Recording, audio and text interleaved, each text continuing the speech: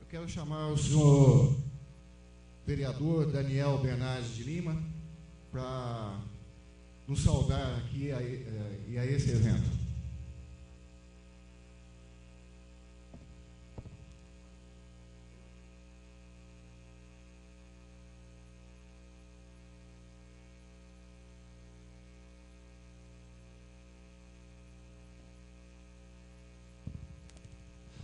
Boa tarde a todos.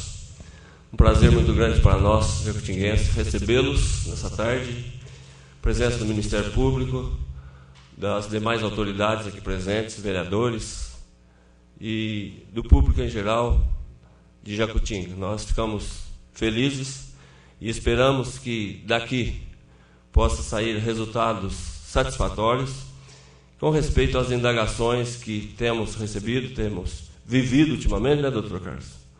Temos a colaboração do Ministério Público, na pessoa do doutor Carlos também, que tem sido muito favorável a esse processo que nós precisamos desenvolver e entender cada vez melhor. Então, nossas boas-vindas a todos, ao doutor Bergson, que bondosamente atendeu o convite do doutor Carlos, né? Então, é um prazer muito grande recebê-los aqui. E eu quero deixar aqui meus agradecimentos a todos, Dr. Kleber também, que está conduzindo esta reunião, e dizer que, já avisei do Dr. Kleber, que eu não vou poder ficar, vou ficar um pouquinho, porque já fui em 2 eventos hoje, tem esse, o terceiro, e tem mais um daqui a pouco. Então, quero pedir minhas desculpas pela minha não presença até o final, mas quero aproveitar ao máximo e desejar uma boa reunião a todos e que sejamos felizes. Obrigado.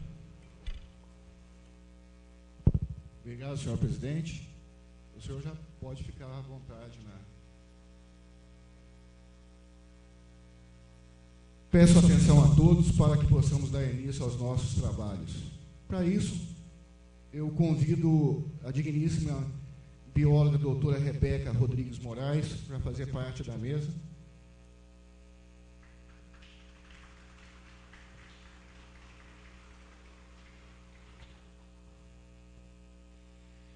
Convido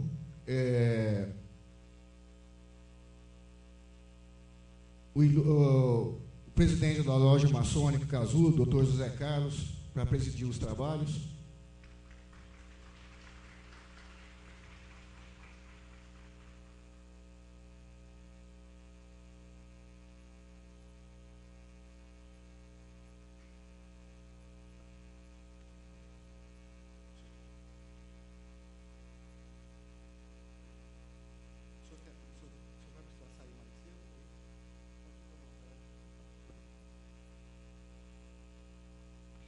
Convido o ilustre representante do Ministério Público de Jacutinga, doutor Carlos César Marques Luz, para fazer parte da...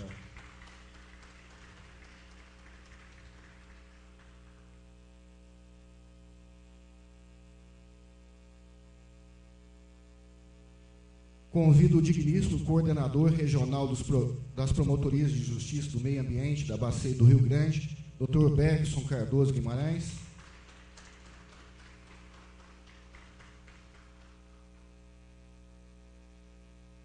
Dr. Bergson, por gentileza. E convido o digníssimo engenheiro e consultor ambiental, Dr. Carlos Henrique Pedroso Bícego, para compor a mesa. Só pode ficar. Isso.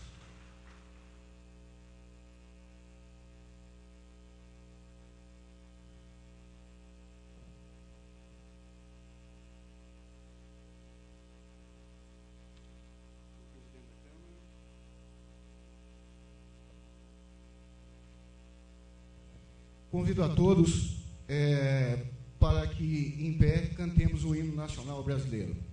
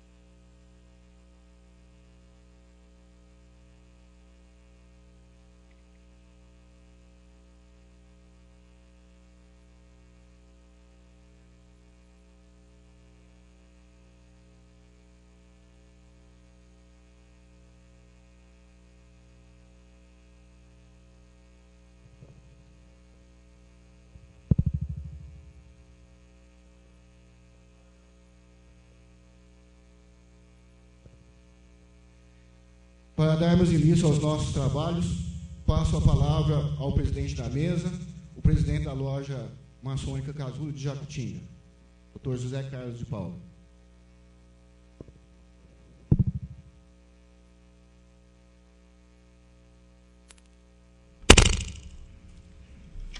Eu peço ao mestre de cerimônias para que, antes de iniciarmos os nossos trabalhos, leia um texto do livro sagrado. Leitura do Salmo 133, versículo 1 a 3. Ó, quão bom e quão suave é que os irmãos vivam em união. É como o óleo precioso sobre a cabeça que desce sobre a barba de Araão, e que desce a hora das suas vestes. Como o orvalho de Hermon, e como o que desce sobre os montes de Sião, porque ali o Senhor ordena a bênção e a vida para sempre. Invocando a proteção do grande arquiteto do universo para que ilumine os nossos trabalhos, declaro aberto o ciclo de palestras com o tema A Exploração Predatória dos Recursos Hidrominerais. Com a palavra o mestre de cerimônias. Convido a professora Rebeca Rodrigues Moraes para abrir os trabalhos. Rebeca é bacharel e licenciada em Ciências Biológicas pela Universidade de São Paulo, pós-graduada em Gestão Ambiental pelo Instituto Brasileiro de Estudos Ambientais e Saneamento, IBS, em parceria com a Universidade Federal de São Carlos, UFSCar, e mestre em Ciência na área de concentração entomologia pela Universidade de São Paulo, através da Faculdade de Filosofia, Ciências e Letras de Ribeirão Preto. Já durante a graduação, atuava junto às ONGs Pau-Brasil, na cidade de Ribeirão Preto. Parceria em diversos processos ambientais com a Promotoria do Estado de São Paulo, quando então representada pelo promotor de justiça, Dr. Marcelo Pedroso Goulart. Atualmente coordena um grupo de pesquisa em educação e saúde, promovendo projetos de educação nas escolas de Ouro Fino, além de coordenar os cursos de Biologia e Química e Gestão Ambiental nas faculdades integradas das MECs de Ouro Fino. Com a palavra, a palestrante.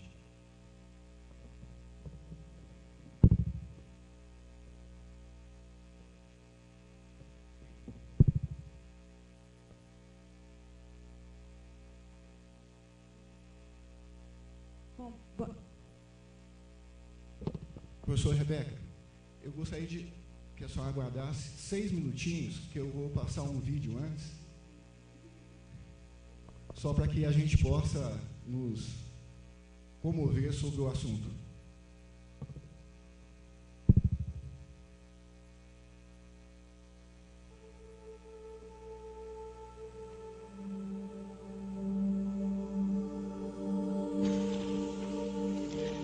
Hello, I'm Severin Suzuki, speaking for ECHO, the Environmental Children's Organization.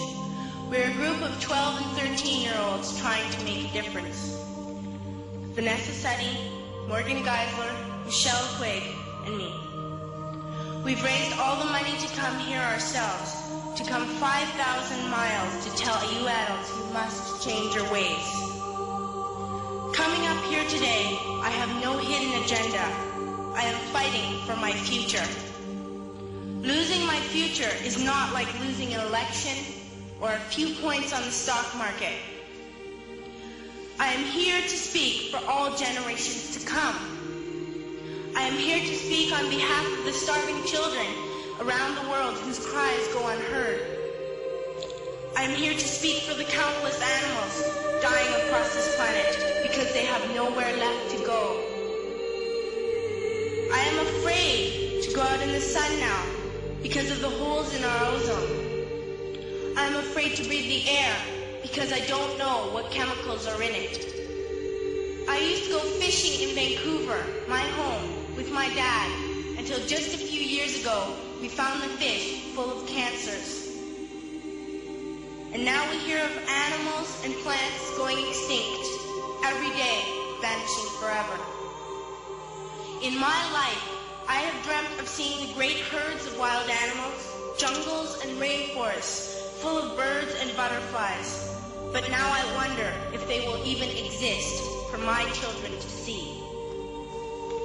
Did you have to worry of these things when you were my age? All this is happening before our eyes, and yet we act as if we have all the time we want and all the solutions. I'm only a child, and I don't have all the solutions. But I want you to realize, neither do you. You don't know how to fix the holes in our ozone layer. You don't know how to bring the salmon back up a dead stream. You don't know how to bring back an animal now extinct. And you can't bring back the forest that once grew where there is now a desert. If you don't know how to fix it, please stop breaking it.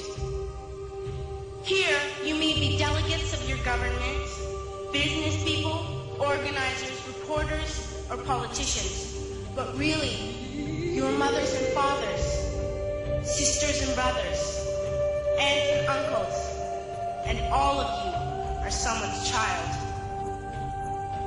I'm only a child, yet I know we are all part of a family, 5 billion strong, in fact 30 million species strong, and borders and governments will never change that. I'm only a child, yet I know we are all in this together and should act as one single world towards one single goal. In my anger, I am not blind, and in my fear, I am not afraid of telling the world how I feel.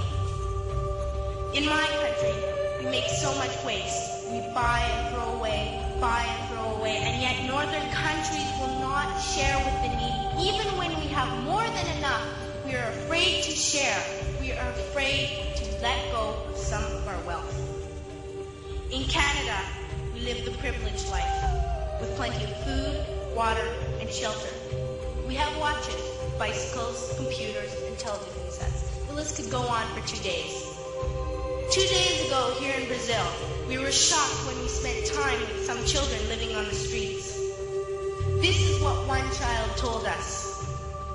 I wish I was rich.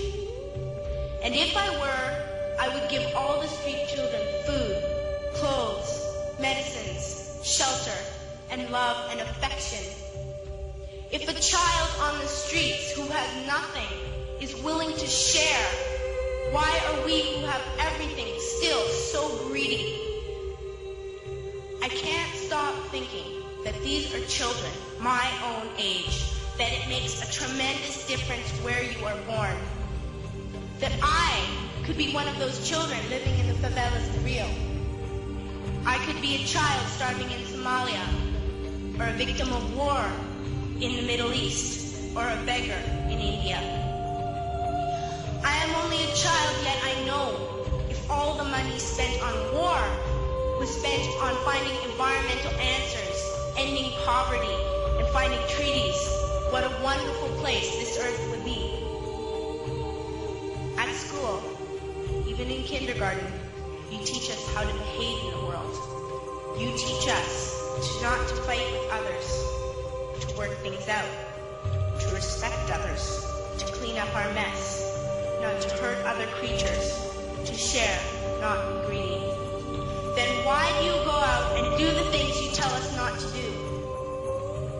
Do not forget why you are attending these conferences, who you're doing this for. We are your own children. You are deciding what kind of world we are growing up in. Parents should be able to comfort their children by saying, everything's going to be all right. It's not the end of the world, and we're doing the best we can. But I don't think you can say that to us anymore. Are we even on your list of priorities?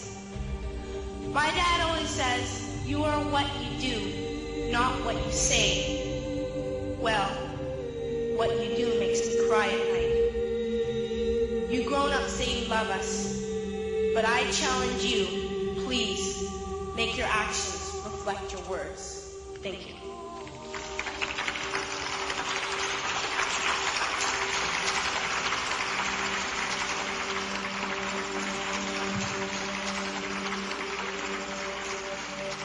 Bem, ela falou com o Congresso da ela fale também para nós. Porque quem vai ficar com esse país, esse mundo, esse país, essa cidade, são eles, as nossas crianças. E será que nós estamos fazendo, ou iremos fazer a diferença para que eles possam continuar vivendo? Então, por isso, nós trazemos a essa discussão esse ponto tão importante. Vamos salvar as nossas crianças, os nossos descendentes?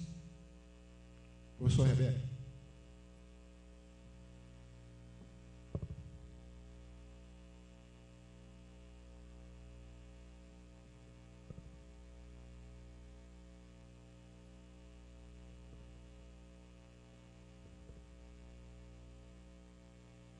Bom, boa tarde a todos.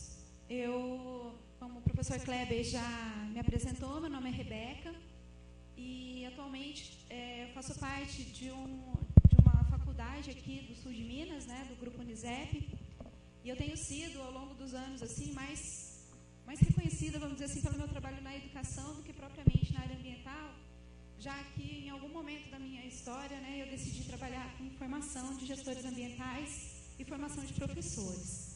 Então, um pouquinho da minha experiência da área ambiental está relacionada à minha faculdade, né, como o professor Kleber falou. Já atuei junto à promotoria do Estado de São Paulo, porque eu representava uma ONG muito importante da região de Ribeirão Preto, né, uma ONG que lutava basicamente contra a indústria canavieira, e um pouquinho também dessa minha formação trabalhando como professora, né, de gestores ambientais do curso da ASMEC de Ouro Fino. Então, vou falar um pouquinho o que me ficou, né, sobre responsabilidade, vou falar um pouquinho um pouco do histórico da cidade, em termos de caracterização da área, e vou falar um pouquinho para vocês alguns trabalhos que foram feitos aqui da nossa região e comparar um pouquinho com o que a gente tem relacionado à bacia do Rio Mogi no estado de São Paulo, porque lá a gente tem muitos dados, muitos trabalhos, muitos levantamentos, e essa região do sul de Minas, mesmo pertencendo a uma importante bacia hidrográfica, ainda carece de muitos estudos, né? E vou falar para vocês um pouquinho sobre isso. Antes de começar propriamente dito, queria agradecer, né, o convite, né? Enfim. Bom, Jacutinga, lógico que isso aqui mais voltado para o pessoal que veio de fora, né? Jacutinga é município mesmo, desde 1901, né? E foi elevada à instância hidromineral em 1950, sendo reconhecida depois por lei estadual em 1970, e o reconhecimento dessa localidade como instância climática e hidromineral se deu já em 2007. Então, só para vocês terem, né, essa noção, Jacutinga já era reconhecida há muito tempo atrás como sendo um local de muitas vazões de água mineral, né? muitas fontes minerais, e a exploração mesmo já acontecia há muito tempo, não de forma tão significante como é hoje, mas a gente já tem então essa característica de ser reconhecida como instância hidromineral, de ter muita água, de ter muita abundância, né, na nossa região. Segundo os dados do IBGE, né, a nossa cidade é uma cidade com um pouco mais de 22 mil habitantes, né, e alcançou esse número na última década. E o que fez a gente ter alguns problemas com relação a desenvolvimento de alguns planejamentos de crescimento urbano. Todo mundo, a grande maioria das pessoas sabe que a gente tem hoje, aqui em Jacutinga, uma discussão bastante adiantada com relação ao plano diretor, né, mas é um plano diretor que começou já depois que a cidade tinha 20 mil habitantes, né, e podia ter começado um pouquinho antes, e só que essas discussões agora são bem elaboradas, estão sendo bem conduzidas, mas ainda assim é uma cidade que ainda falta um pouco de planejamento. Tá? Vocês podem observar também aí dos dados do IBGE, é uma cidade que é urbana, basicamente, né? 19 mil habitantes moram na área urbana e pouco menos de 4 mil habitantes só na região rural. Né? Também é um dado mais novo, né? Essa evasão, né? Essa saída dessas pessoas da área rural para a área urbana. Bom, o que a gente tem aqui, né, de mais significativo em termos de caracterização socioeconômica?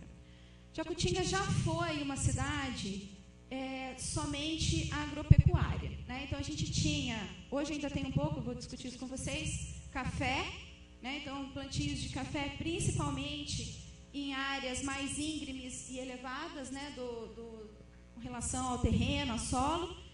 Eu já conversei com vários produtores, eles dizem que plantar muito perto dos rios, por causa de ser uma região muito fria, causaria geadas, perdas por geado. Então, é uma área de plantação que é de difícil mecanização, né? Então, porque ela é alta, né? Uma cidade que a gente vai ver que tem relevos bastante altos. A gente tem hoje um indício forte de algumas áreas arrendadas para cana-de-açúcar, né? Em áreas mais planas, e áreas de pastagem ainda são muito comuns na região, uma vez que aqui já foi vinculada à criação de gado leiteiro. Hoje ainda tem, a gente tem café, tem cana-de-açúcar e tem pastagens para gado, mas, na verdade, o que a gente tem hoje é uma atividade econômica voltada para a indústria de malhas, né? Então, a gente tem, segundo os dados da Prefeitura, Associação Comercial e Industrial de Jacutinga, uma forte entrada a partir da década de 80 desse novo modelo econômico industrial. Isso trouxe algumas consequências para o meio ambiente desastrosas, mas também trouxe alguns respiros, vamos dizer assim, porque houve, a partir da década de 80, uma redução na taxa de desmatamento das áreas florestais, né? E alguns especialistas, além das leis, né, da legislação, que passou a ser um pouco mais rigorosa, também passou a ser, na verdade, por conta dessa nova atividade econômica que tirava um pouco o homem do campo, né, e deixava essas áreas um pouco mais, na verdade, abandonadas, e algumas foram reflorestadas naturalmente. Como parte, né, do meu trabalho, né, a vegetação nossa é totalmente caracterizada como Mata Atlântica, e essa vegetação, a gente já não tem mais, né, grandes remanescentes florestais na cidade. O remanescente florestal mais importante que a gente tem é o Pico da Forquilha, né, que é na região sul da cidade, e graças a uma série de fatores, e um deles é a declividade do pico, né, que ele é bastante elevado, mas a gente tem ainda algumas áreas de transição para cerrado, tá? Essa vegetação, como eu disse, acabou sofrendo uma desaceleração do desmatamento, né, em virtude da proibição de corte da Mata Atlântica, né, e com relação a essa mudança na diretriz econômica da cidade. Gente, essas florestas, ombrófila densa e floresta estacional semidecídua, são dois tipos de formação florestal que estão vinculados a altos índices de biodiversidade. Por que é importante a gente dizer isso? Porque a gente tem, na nossa cidade e na nossa região como um todo, muitas espécies que são específicas, né, dessas regiões, e essas espécies, muitas delas estão ou em perigo de extinção ou ameaçadas de extinção, né, e algumas quase extintas. Então, são áreas que, por legislação, né, são áreas que deveriam ter uma outra visão de uso, um outro direcionamento, inclusive de restrição de uso e ocupação. Então, essa questão de fazer parte desse bioma, né, de Mata Atlântica com altos índices de biodiversidade, daria para a nossa região, né, se fosse possível voltar, né, um pouco no tempo, essa característica de ser uma área extremamente preservada, né, e não é. Então, esses cortes, essa ocupação do uso do solo, né, que foi feito ao longo das décadas, né, e que a gente vê ainda hoje essa devastação, né, ela é anterior, provavelmente, a essa legislação. Ou é anterior, ou foi posterior, só que a gente também não tinha muita fiscalização, e aí esse desmatamento foi acontecendo. Tá? E o que a gente tem são pouquíssimas manchas, né? Eu trouxe aqui só um dado comparativo. Esse trabalho é um atlas que foi publicado pela Fundação SOS Mata Atlântica, e eles fizeram um levantamento a escala não é muito precisa, mas eles fizeram um projeto para fazer um levantamento do que seria o bioma original, a formação original de Mata Atlântica, né? E para lembrar também que a Mata Atlântica é formada por diversas formações vegetais diferentes, né? Então não tem como você entrar num lugar, ver uma árvore e falar qual tipo de vegetação que é. Precisa sim de estudos mais detalhados. Então só para vocês verem o tanto que a Mata Atlântica é uma área extensa, né? E cobre grande parte aí do sul, sudeste, vai até o nordeste, né, do Brasil. Só que isso é o que seria a formação original. Eles fizeram, juntamente com esses dados, o que sobrou de remanescente de vegetação. E a gente vê pequenas manchas, só para mostrar para vocês, a nossa região está aqui, ó, né, nessa região mal aparece, né, no mapa. E esses, então, são alguns remanescentes florestais. Se vocês entrarem, acessarem, né, o site da Fundação SOS Mata Atlântica, é possível vocês baixarem esses mapas por município. E eu trouxe o de Jacutinga, né? Então, essa é a formação original, né? Então, o que a gente observa aqui, como eu disse para vocês, a floresta estacional semidecidual na região que vai do centro para o norte da cidade, e na região sul, que é a floresta umbrófila densa, que é uma floresta que não perde suas folhas, né, durante as estações secas, uma floresta mais contínua, onde está localizado o Pico da Forquilha, que eu falei para vocês, que é uma área ainda de remanescente florestal bastante importante, a mais importante da cidade. Só que isso, como eu disse, era o que a gente tinha de original, né? Atualmente, nosso quadro é esse, né? Bom, o que a gente pode observar nesses dados da Fundação SOS Mata Atlântica, né? A gente tem, na verdade, nessa região, como eu disse para vocês, são as regiões de maior altitude, né, do Pico da Forquilha, e essa região aqui de cima, na região norte do município, a gente tem áreas com declividade muito alta, muito acentuadas, que são áreas que são de difícil entrada para qualquer tipo de cultura, né? Então, algumas áreas são preservadas. E uma visão até um pouco otimista, né, da situação, que a gente pode observar é que ao longo das margens dos rios, a gente tem, pelas fotografias de satélite, que a gente tem acesso também, através da Fundação SOS Mata Atlântica e outros programas, a gente tem, uma visão superficial de que existe mata ciliar preservada. Eu participei recentemente de um congresso realizado pelo Instituto de Florestas do Estado de São Paulo, e eles fizeram um levantamento, o professor Mantovani, a gente estava conversando, eles fizeram um levantamento sobre a atual situação das matas ciliares no Estado de São Paulo. Então, o que eles fizeram? Eles pegaram a mesma coisa que a gente fez aqui, né, essa visão mais superficial, e foram em campo verificar a situação das matas ciliares lá. Assim, os dados mais alarmantes que a gente podia imaginar. Tem mata ciliar retrocedendo naturalmente, porque a biodiversidade da mata ciliar caiu tanto que a própria floresta ciliar não consegue mais se recuperar e está decaindo, né? E são dados bastante preocupantes. Então, às vezes, a gente tem uma ideia de que só porque tem sombra, né, na mata ciliar, ou só porque uma foto de satélite ou uma foto aérea, né, nos dá uma ideia de que tem uma floresta ali, que está tudo bem, né? A gente precisa também fazer alguns estudos sobre a saúde desse remanescente florestal, para saber se ele realmente é um remanescente que, né, que pode se sustentar, né, que pode se manter aí ao longo do tempo. Bom, então, com relação à vegetação, a gente tem, então, uma vegetação bastante degradada, né, e os remanescentes florestais que a gente tem hoje no município, só, né, a título de curiosidade, a gente não tem ideia nenhuma se esses remanescentes florestais são remanescentes realmente nativos e se eles são realmente autossustentáveis. A gente não tem dados sobre isso. Pode vir.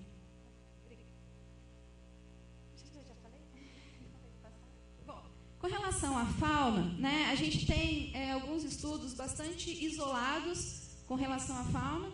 Então, a gente tem um estudo que foi vinculado ao Comitê de Bacia, né, com relação ao rio Mogi, falando sobre a ictiofauna, né, peixes e outros animais aquáticos. A gente tem um levantamento relativamente superficial de mamíferos e répteis na nossa região. E o trabalho talvez mais elaborado que a gente tenha sobre fauna na nossa cidade é de um fotógrafo, né? E não é de um biólogo, não é uma tese, não é nada. É um fotógrafo, né, com áreas de ambientalista. E esse fotógrafo fez e publicou ao longo de 15 anos dados sobre a avifauna do município. Tá? Eu ia tirar, acabei esquecendo, pode ir passando, o nome do fotógrafo, né, o Geisei Trivelato, tem postado bastante. Ele fez, então, todo um levantamento, né, e tem publicado no site dele e tal, com todas, quem identificou, que é o nome do especialista, então tudo identificado certinho. E ele identificou, dentre essas espécies, diversas espécies em perigo de extinção. E o que isso traz para a gente de implicação? Todo animal, gente, ou vegetal, qualquer, né, em perigo de extinção, dá para a gente mecanismos legais, né, os promotores estão aí para conversar com a gente sobre isso, dá para o poder público mecanismos legais de intervir de forma mais rigorosa na proteção do bem ambiental. Então, a gente tem que usar, às vezes, de alguns artifícios, né, de alguns animais que são mais chamativos, para acabar desenvolvendo práticas mesmo de cuidado, né, com o ambiente, porque essa legislação ela é muito rigorosa, né, e ela é taxativa, e ela não dá muitas margens para discussão. Então, a gente tem alguns levantamentos, né, não vou ficar falando, né, das espécies, nada, mas a gente tem alguns dados que são bastante importantes na cidade com relação a isso, mas ainda assim, dados bastante dispersos, não sistematizados, alguns sequer publicados em revistas específicas, científicas, mas que a gente ainda pode usar para fazer alguns trabalhos.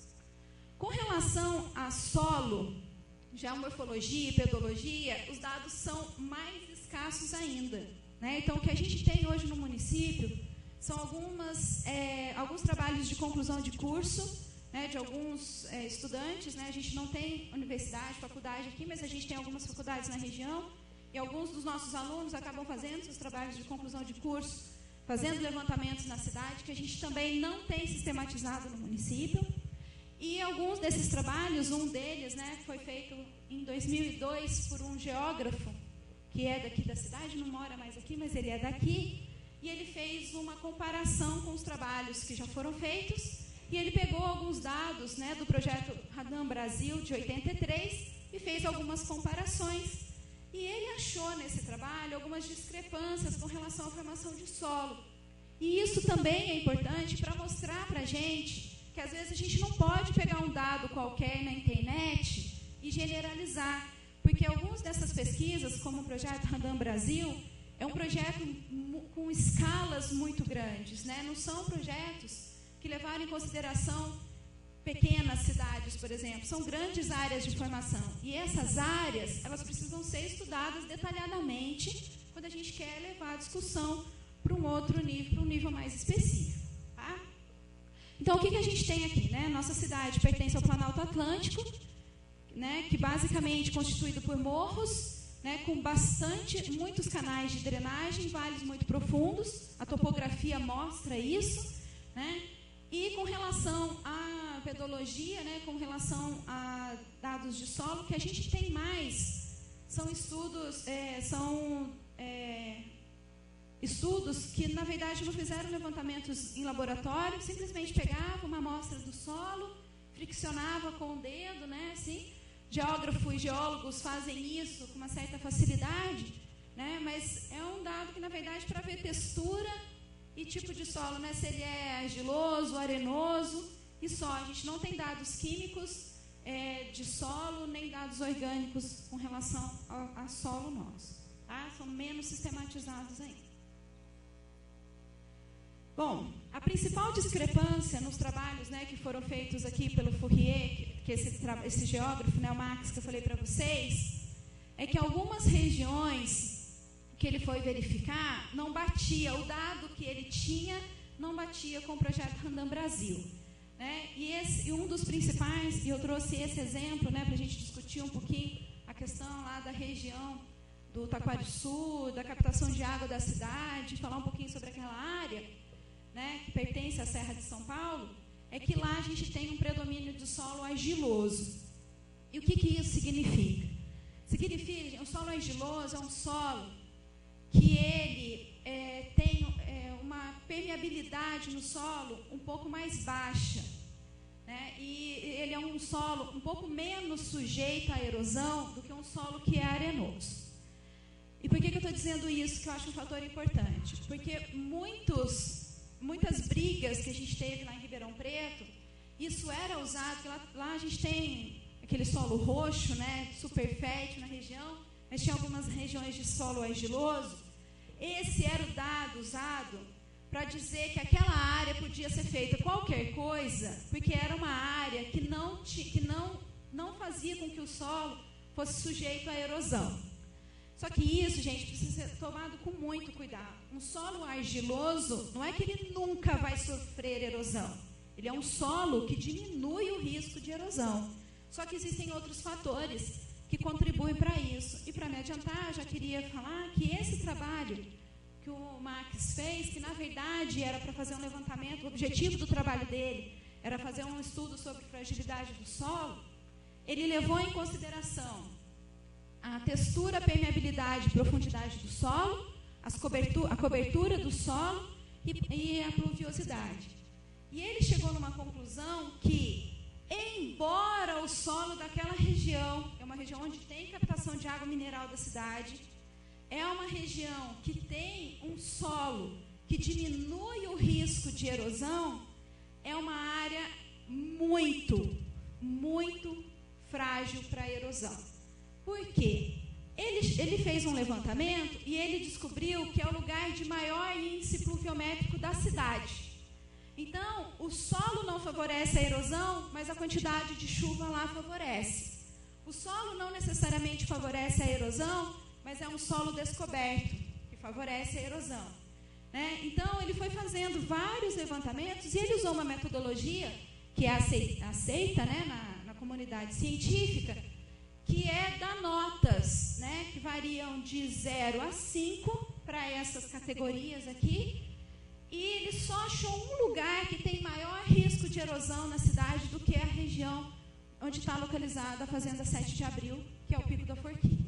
Só que tem vegetação, né? Então é uma área que ainda está protegida. Então, esses dados, eu trouxe até a dissertação, né, dele, se alguém quiser consultar. Esse estudo considerou toda a Serra de São Paulo e a Serra da Tuiúva como áreas com fragilidade muito forte. O que isso significa e o que tem a ver com a nossa discussão, né? Quando a gente tem áreas, com fragilidade muito forte de solo, a gente precisa levar em consideração que essa área, qual é o uso que se dá para essa área. Se a gente está falando que é uma área de exploração de água mineral, a gente precisa levar em consideração que é uma área que precisa ter um aporte de água que compense a retirada, porque senão a gente está falando de exploração predatória, né? E a gente não sabe que não pode explorar até o esgotamento esse recurso. Então, a gente tem que fazer uma análise um pouco maior, né? Às vezes uma análise um pouco mais generalizada, para a gente poder ter em mente qual é o tipo de discussão e o planejamento que a gente vai ter para uma determinada área. E lá, quando a gente vai ver que essa é uma área que tem esse problema, né, de ser uma fragilidade, de ser muito frágil com relação à erosão, a gente vai ver que é uma área que também tem deixado de captar água e também é uma área que tem deixado de sofrer as recargas naturais do aquífero na região. Bom, além disso, essa exposição da área, por favor, gente, só para falar, né, onde que a gente está, pode voltar, a nossa discussão, né, onde que ela vai se basear um pouco, né, parte da nossa discussão, essa ausência de vegetação faz com que a evaporação de água do solo também seja muito alta, e isso faz com que haja uma diminuição do lençol aquífero, né, do lençol de água subterrânea, que também é um outro ponto que a gente vai, com certeza, levar para a discussão. Então, toda vez que a gente fala nessas áreas, a gente precisa levar em consideração, como eu disse, todos esses fatores, né? E aqui que eu sempre defendo, né, a educação, porque a gente não pode se deixar levar por alguns argumentos fragmentados. né? É certo, é verdade que os solos argilosos tendem a diminuir os riscos de erosão, mas existem outros fatores que contribuem e isso precisa ser amplamente divulgado para que a gente não caia, né, em discussões muito superficiais sobre o assunto. Bom, a Fazenda 7 de Abril, onde tem a captação de água, pertence à Serra de São Paulo, né? Tem lugares de 1.000 a 100 a 1.300 metros de altitude. Em 2000 a 2005, foi considerado o lugar com maior índice pluviométrico aqui do nosso município, né? Algumas explicações geográficas e sem vegetação, né? Ou é café, ou as matas ciliares fragilmente recompensadas. Enfim. Bom, que já falei também. Bom, outro ponto que eu acho que a gente tem que discutir com relação à nossa cidade, gente, é o seguinte. A gente tem um debate que certamente meus colegas vão apresentar com relação a competências, poderes sobre isso, etc., sobre outorga de água e sobre, né, licença de extração, etc.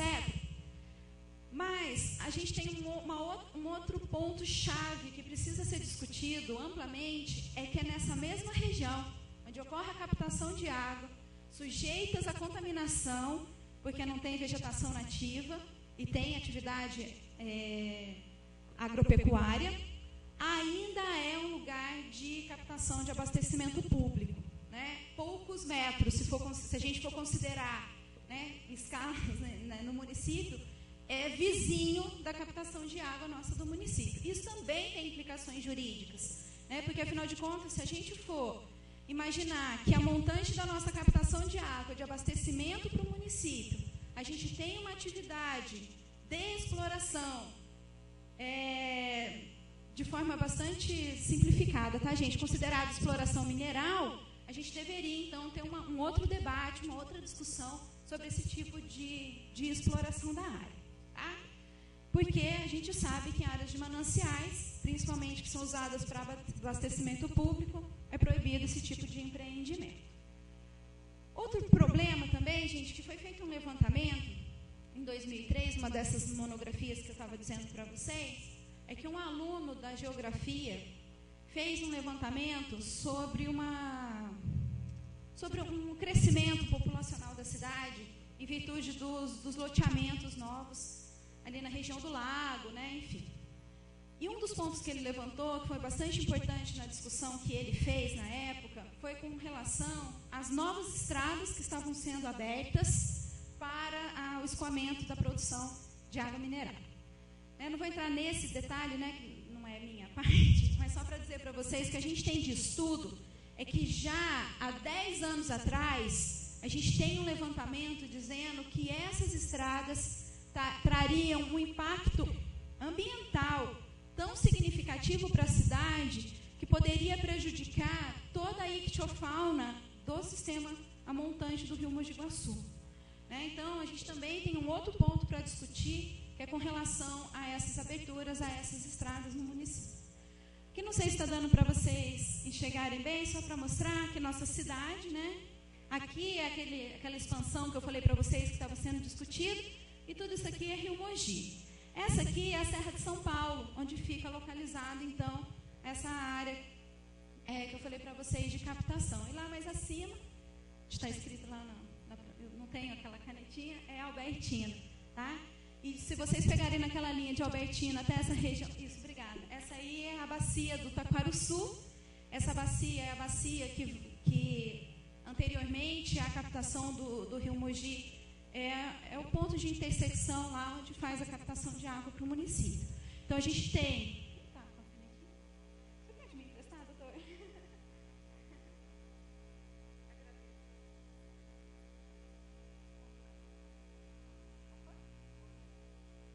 A gente tem aqui nessa região a serra que eu falei para vocês. Esse aqui é o córrego do Taquaruçu, que desce da fazenda Monte Alegre, que é uma outra fazenda, né? Uma outra área com bastante áreas, né, descobertas. E essa aqui, aqui é o rio Mogi, né? Mostrando aqui, esse é o leito do rio, que é a nossa cidade. E essa aqui é o leito do Taquaruçu. E essa aqui é um bairro, né? E aqui a Serra o bairro do Vieiras, né, que a gente conhece, e aqui é a Serra de São Paulo, que eu falei para vocês. Bom, só para mostrar para vocês, gente, toda essa área verde mais clara é a área descoberta no município, tá? E as áreas verdes escuras, algumas são remanescentes florestais, outros são eucalipto, dá para distinguir aí na fotografia, e outros plantios de madeira. Bom, qual é outra questão que a gente vai discutir, né? E aí eu não vou entrar muito, né, nesse debate.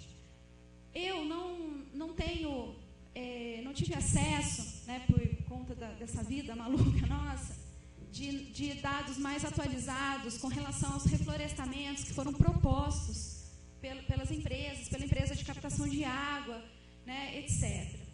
Mas o que eu acho é que quando eu vejo essa fotografia que é atualizada, eu vejo um quadro bastante preocupante no que diz respeito a reflorestamentos.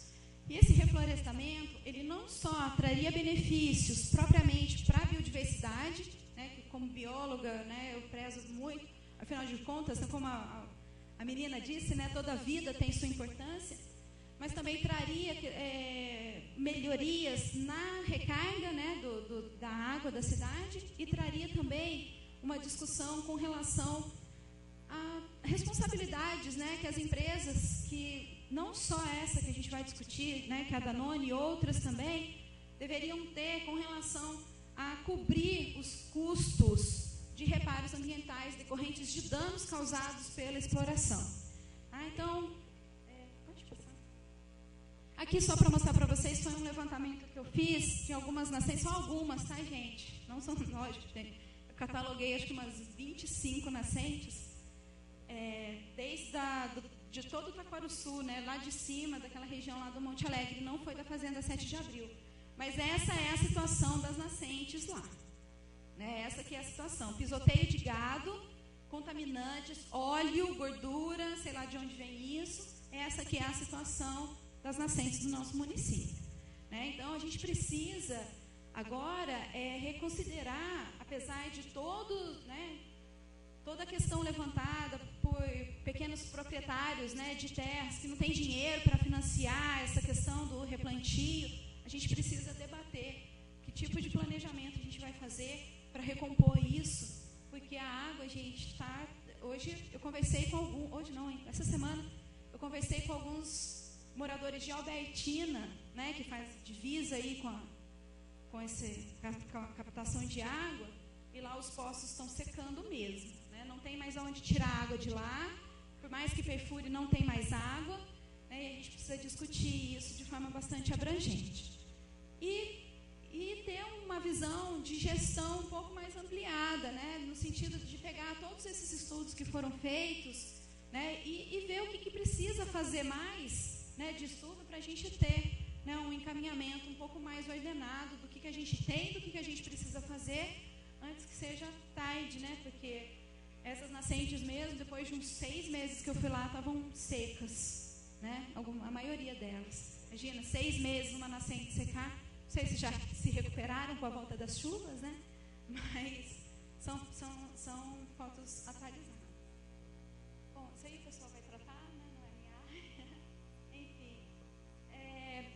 E por fim, só para encerrar nessa minha parte sobre os levantamentos que já foram feitos na cidade, a gente tem um estudo que foi feito em 2003 por pesquisadores de São Carlos, e esse estudo, ele levantou alguns dados bastante alarmantes. Esse estudo, ele se baseou, né, nos planos de comitê das bacias do estado de São Paulo, só que eles ampliaram um estudo para a região de Minas Gerais, que é, né, as nascentes do Rio Mogi.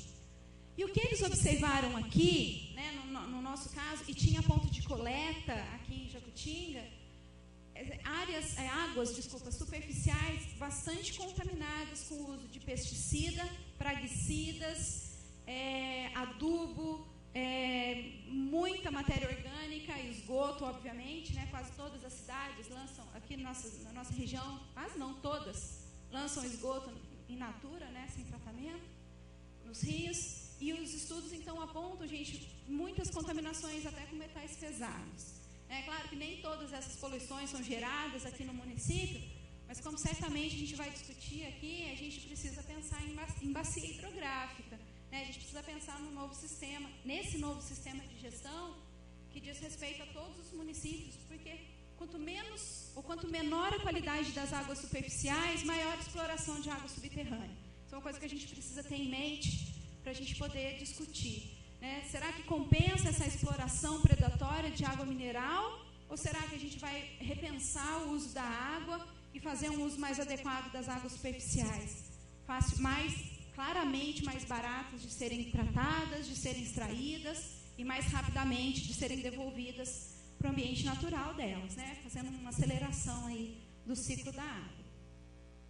Bom, os dois trabalhos, né, que eu usei, né, que já foram publicados, que eu trouxe, estão aqui, está disponível, né? A dissertação do Max está disponível no banco de dados da Universidade de São Paulo, e o livro da professora Janete é um livro que também está amplamente aí distribuído. Trouxe aqui para quem quiser anotar, né, nome de editora, essas coisas. E vou passar agora, né, para o professor Kleber, só para... E assim, com um pouquinho de esperança, né, que a gente tenha um debate bastante elevado, né, no sentido do que nós vamos fazer daqui para frente para mudar um pouco esse quadro, né, da cidade e da nossa região. Obrigada.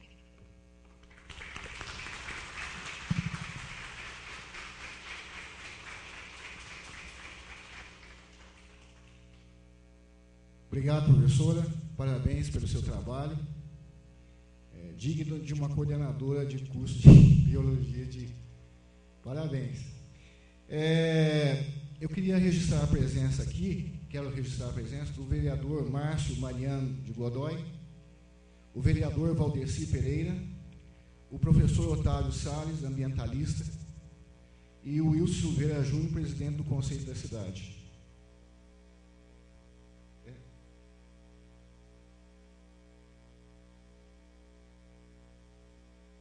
O vereador Carlos Rodrigues da Silva, está entre nós, e a ausência do vereador Homero Luiz Nardini, que ligou, dizendo que está impossibilitado de comparecer aqui à plenária.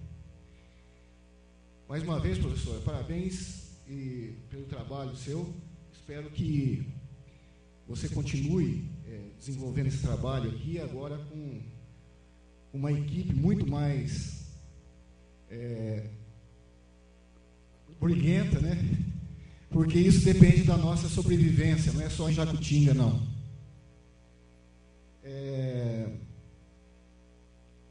Bom, eu chamo agora, vou deixar a palavra 10 minutos para, se algum participante quiser fazer algum questionamento, alguma pergunta à professora Rebeca, fique à vontade. Fique à vontade.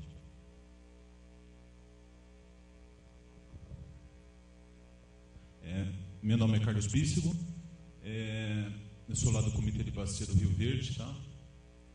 Minha pergunta para a professora Rebeca é se aqui no GD6 se já tem plano diretor. No Comitê de Bacia do Rio Mogi Guaçu, se já tem plano diretor. Nem teórico?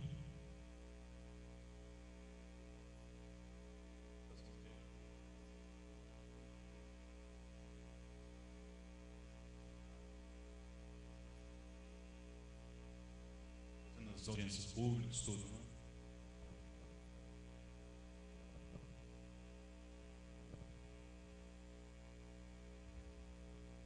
Obrigado pela... Mais alguém?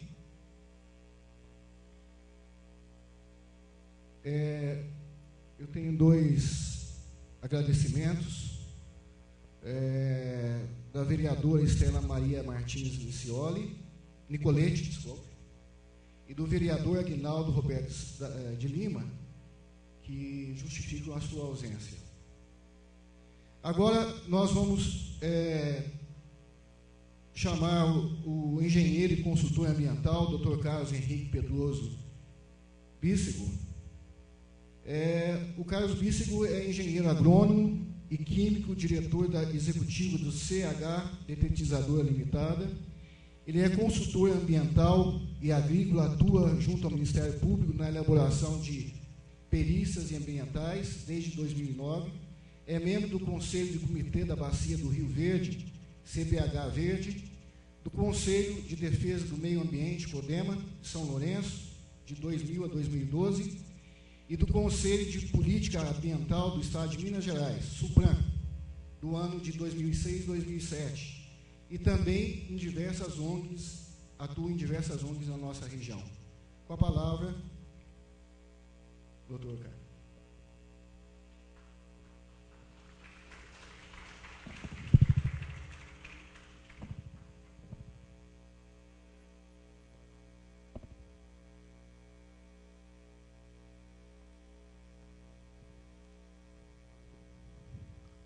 Alô. É um prazer estar em Jacutinga. Já conheço Jacutinga há 25 anos. Eu formei aqui na Faculdade de Agronomia de Pinhal. Está fazendo 20 anos. E conheço bem Jacutinga.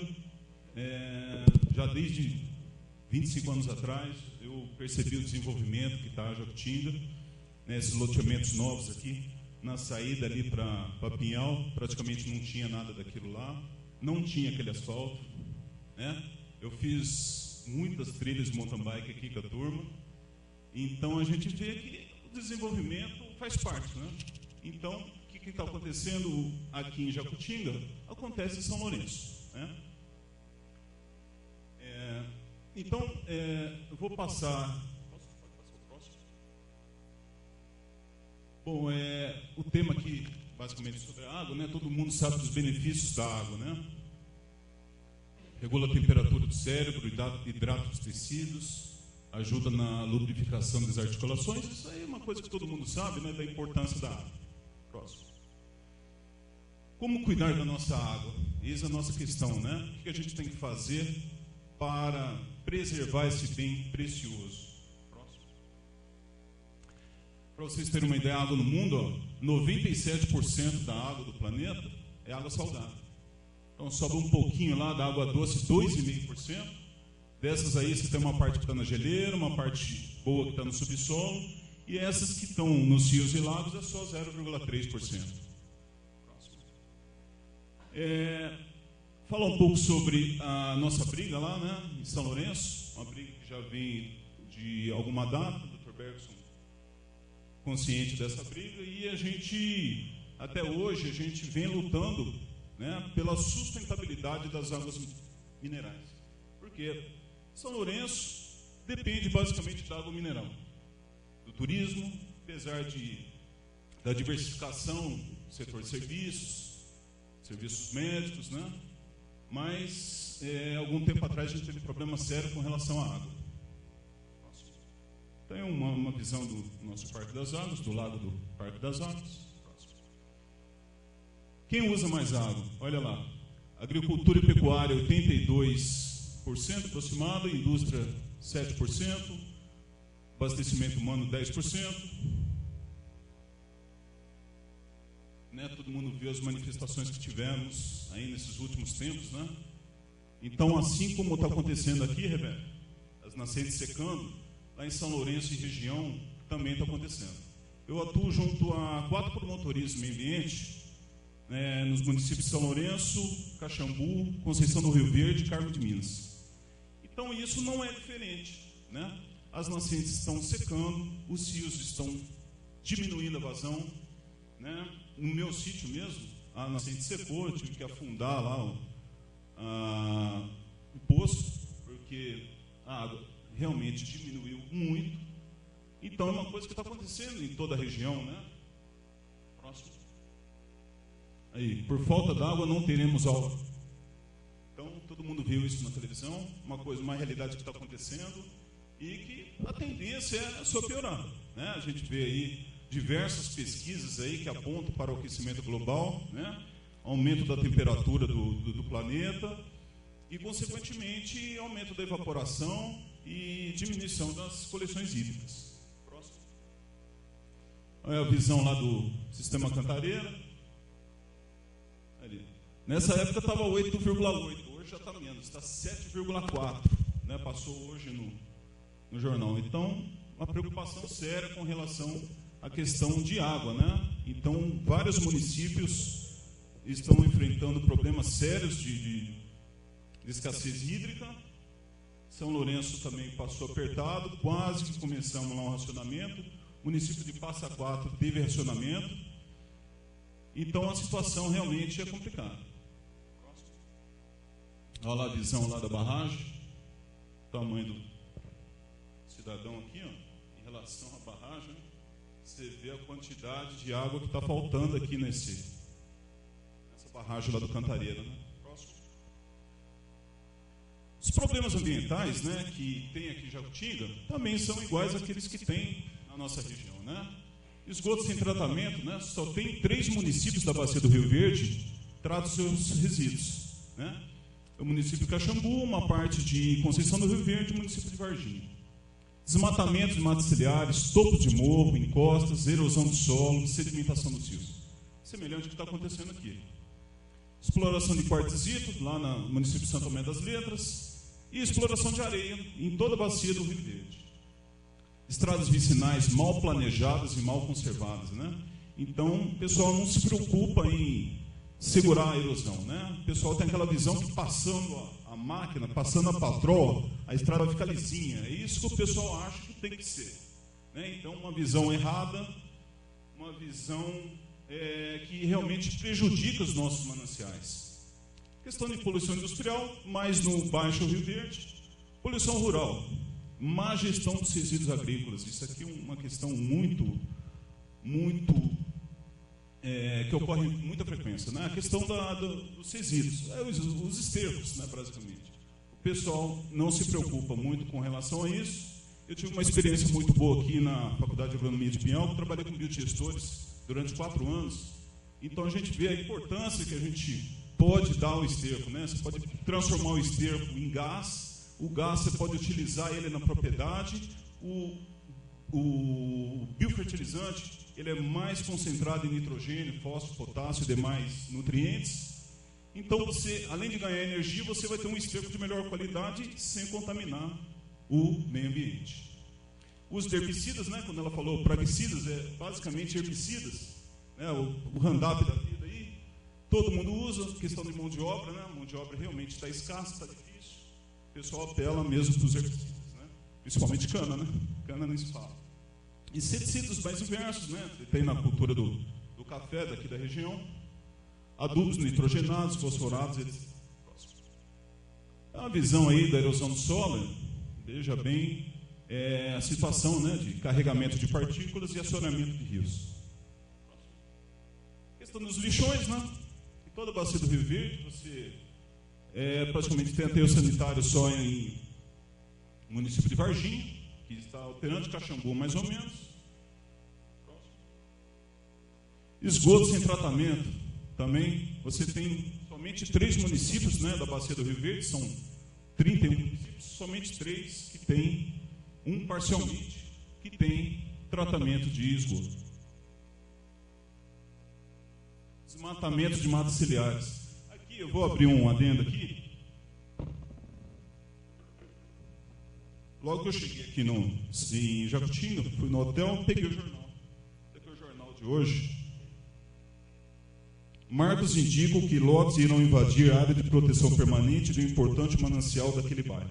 Então, isso está acontecendo muito também lá na região de São Lourenço, que tem crescido muito, a questão dos loteamentos, né? Aqui o doutor Carlos deve ter tido esse problema, eu atuo lá com o doutor Leandro Panaim.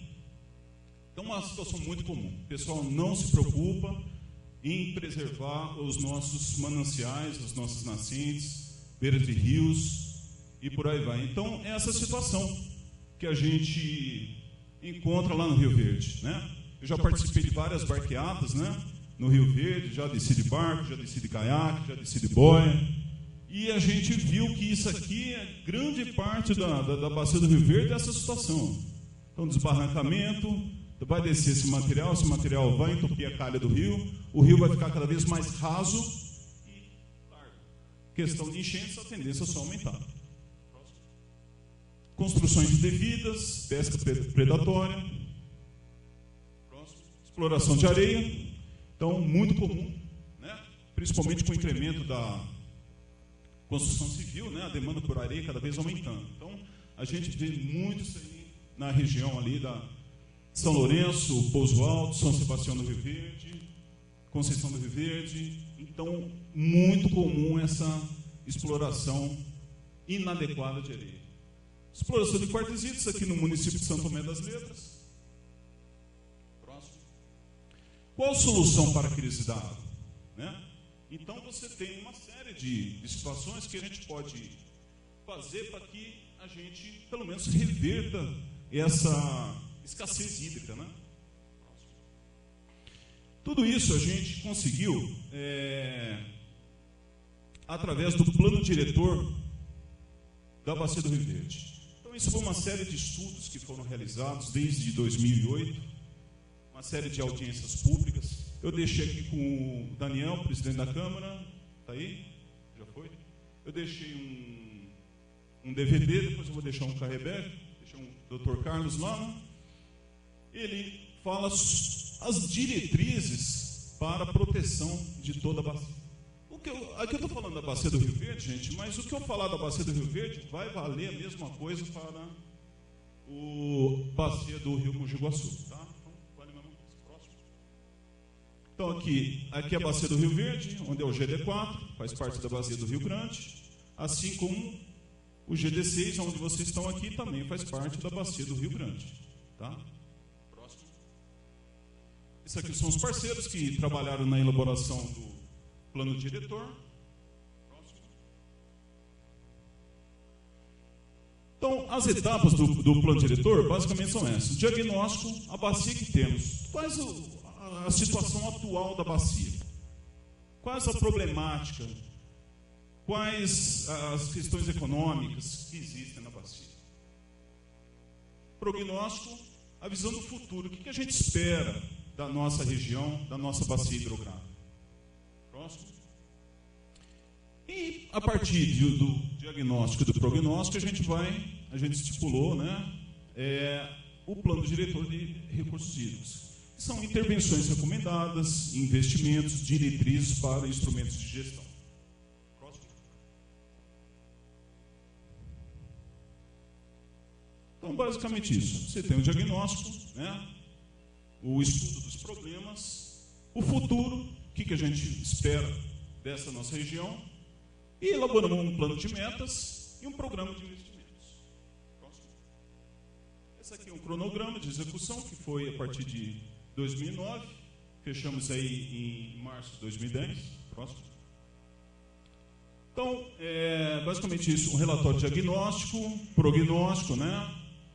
Relatório de metas, que a gente, as metas que a gente vai buscar atingir no plano diretor dos recursos hídricos, programa de investimentos, diretriz para a implementação dos instrumentos de gestão, propósito de arranjo institucional, programa de efetivação do enquadramento e a questão do plano de enchentes. Próximo. Então, teve várias reuniões, né, do CBH Verde, do Instituto Mineiro de Gestão das Águas, o consórcio Ecoplan Lume, que foi quem elaborou esse estudo, tá? Várias reuniões públicas, como a que está acontecendo hoje aqui, nós tivemos várias, né, na nossa região. Outubro de 2009 em São Lourenço, teve lá em Conceição do Rio Verde, Jesuânia. Próximo. Então, basicamente, isso aqui é o mapa, né, da Bacia do Rio Verde. Aqui a divisa com São Paulo, aqui a divisa com Rio de Janeiro, tá? Então, essa bacia, ela basicamente pega uma parte aqui dessa divisa aqui, São Paulo e Rio de Janeiro aqui, tá? São Lourenço está mais ou menos aqui no meio. Próximo. Próximo. Então, pode passar esse aqui. Esse aqui só é a elaboração de folders, né? Como eu trouxe aqui alguns, eu deixei aqui para ser distribuído.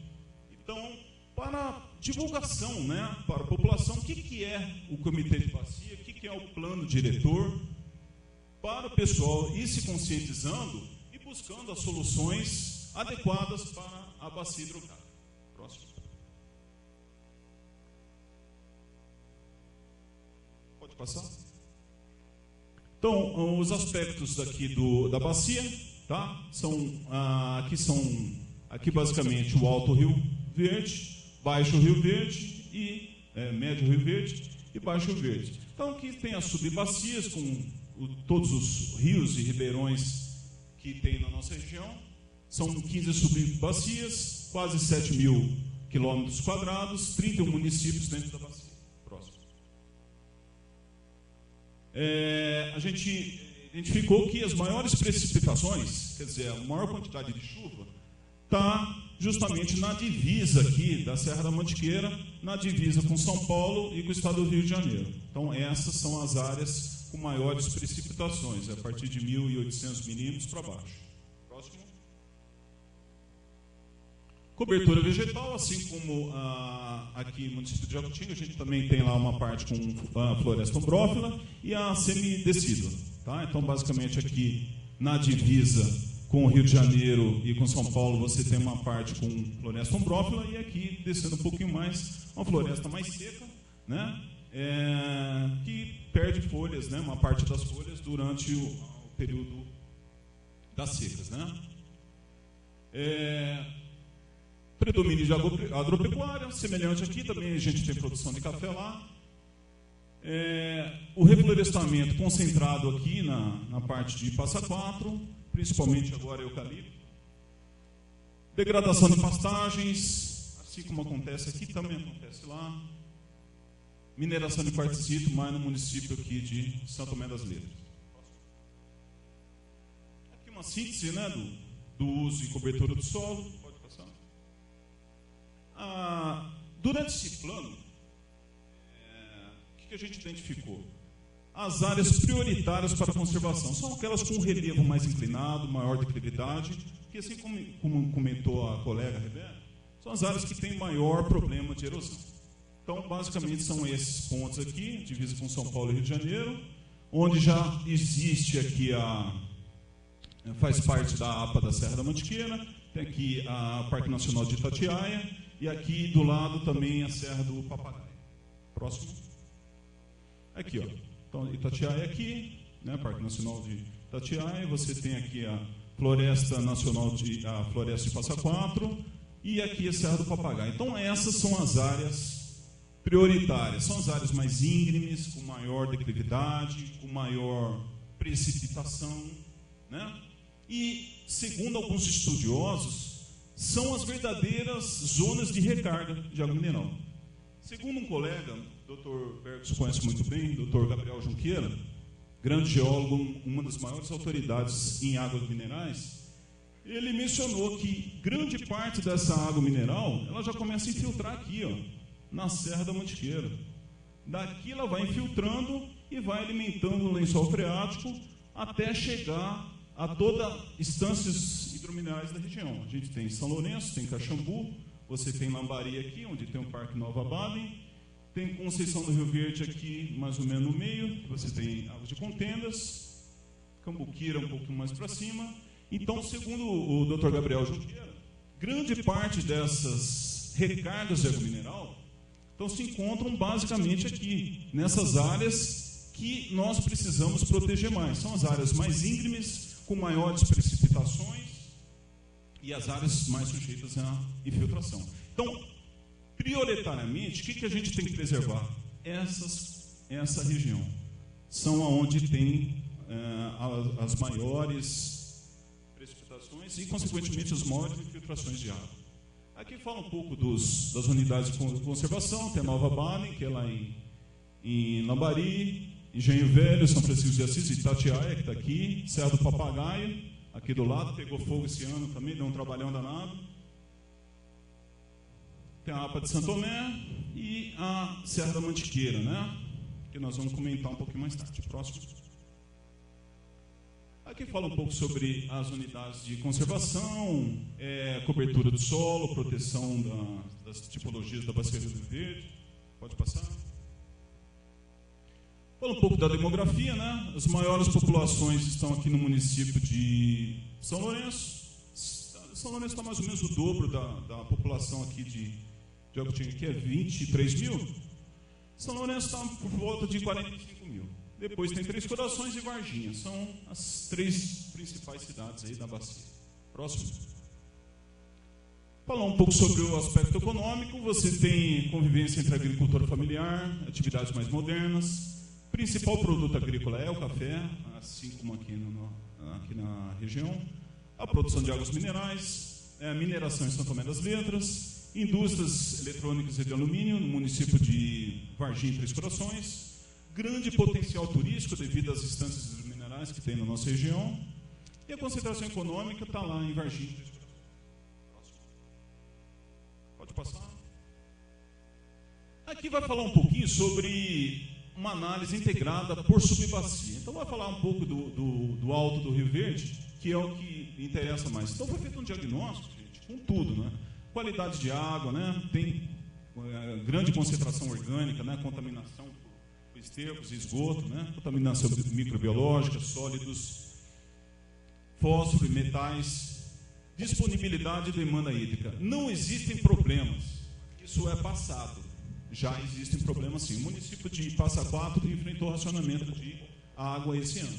Então, quando foi feito isso aqui, não tinha problema. Hoje já tem. Então, isso não foi feito há muito tempo atrás, cerca de 5 anos, né? Então, você vê que já tem problema lá de abastecimento. Forte demanda para o uso rural, 51% para a criação de animais, 39% para a irrigação. 72% na bacia do uso antrópico. Quer dizer, o uso antrópico é aquele que o homem já está lá, já há bastante tempo, ocupando e utilizando aquele solo. Taxa de crescimento pequena, né? Um dos fatores para a elaboração do plano diretor, realmente é a taxa de crescimento da populacional, que a gente leva em consideração para ver a quantidade de água que esse povo vai retirar, que vai precisar para os seus usos mais diversos, né?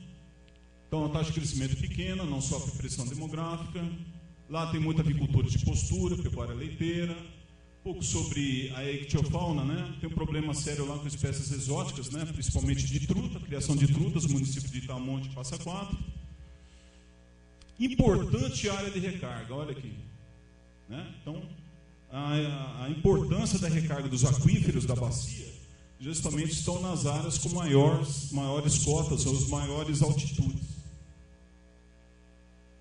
Abastecimento de água, conflito de uso com potencial poluidor a montante, de captação de Itanhandu, índice de perdas elevados. Tratamento de esgoto, uma parte de Itanhandu já está tratando, São Sebastião, uma parte. Resíduos sólidos, basicamente não tem aterro sanitário, tudo aterro controlado, não sei como é que é aqui em Jacutinga. É lixão ou aterro controlado? Ou é enterro controlado? Problema de enchentes, município de Itanhandu. Áreas prioritárias de conservação, pressão nos remanescentes da Serra da Mantiqueira decorrente do uso rural e turismo. Próximo. Então, dentro desse Alto Rio Verde, agora eu vou falar um pouco sobre cada subbacia. Eu não vou me ater a esses detalhes, tá? A apresentação vai ficar aqui depois para vocês avaliarem. Isso tem tudo no DVD que eu deixei aí com o pessoal, Dr. Carlos, né? Então lá tem tudo isso aqui dentro daquele DVD. Pode passar. Vai falar um pouquinho sobre cada uma dessas subbacias que compõem a bacia do Rio Verde. Pode passar, pode passar, pode dar uma parada. Volta ao anterior. Aqui vai falar um pouco sobre o trecho médio do Rio Verde. Então o médio do Rio Verde é ali onde está o município de São Lourenço. Também tem uma série de problemas, né? Carga orgânica, contaminação microbiológica, né? Principalmente esgoto. Fósforo, né? Está relacionado com detergentes, adubos fosfatados, né? Que isso interfere na qualidade das águas, né? Fala um pouco sobre a demanda, o uso do solo. É a segunda bacia mais populosa. Fala um pouco sobre a economia, né? Café, leite, frutas, indústria alimentícia, né? Água mineral. Criação de tilápias em Bapendi, Conceição. Esgotamento sanitário. Você tem uma parte que é coletada, mas ninguém trata ainda o esgoto. A não ser o município de Caxambu, que já tem a estação de tratamento de esgoto. Uma parte do município do distrito de Águas de Contendas, que também trata o seu esgoto. Tá? Próximo. Agora eu vou falar um pouquinho sobre cada uma dessas subbacias. Pode passar. Pode passando. Volta o anterior. Aqui o Baixo Rio Verde. Então aqui o Baixo Rio Verde é onde basicamente estão os municípios de Três Corações e Varginha, né? Então ali é um pouquinho mais complicado porque é onde tem a maior população da bacia, né? Contaminação microbiológica,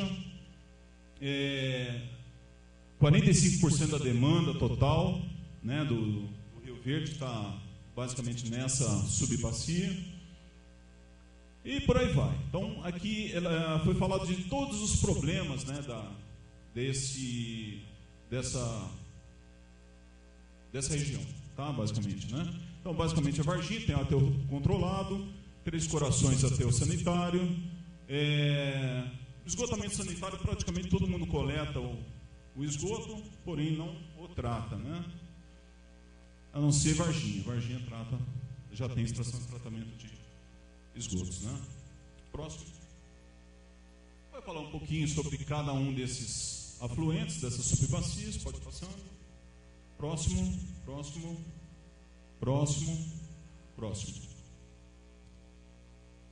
Então, a partir disso, gente, de todo esse estudo desses problemas, foi feito o prognóstico. O que é o prognóstico? É uma projeção da situação futura da bacia com base no diagnóstico. Então, a gente quer saber o que a gente pode fazer no futuro para melhorar essa bacia, né? Então, ela considera a evolução demográfica, quer dizer, o crescimento da população, e o desempenho dos setores econômicos, né? Então, quando a economia está forte, a própria degradação é maior, né? Quanto mais demanda por moradias e residências, maiores vão ser os impactos ambientais. Então, basicamente, são 4 tendências, né? O cenário desenvolvido sem gestão, pouco desenvolvido sem gestão, desenvolvido com gestão, pouco desenvolvido com gestão. O que a gente quer é esse aqui, né? Que seja uma bacia com um bom desenvolvimento e com uma boa gestão para que a gente tenha um uso sustentável dos nossos recursos hídricos. Próximo. Aqui fala um pouco da evolução demográfica da bacia, né? Então, em 2007, mais ou menos 450 mil habitantes e uma estimativa para 2030, 547 mil. Então, quase 100 mil habitantes a mais. Próximo. Pode ir passando. Então, vai falar um pouquinho sobre o abastecimento, a retirada projetada, né? O incremento, né, na retirada de água. Próximo. Dessedentação animal.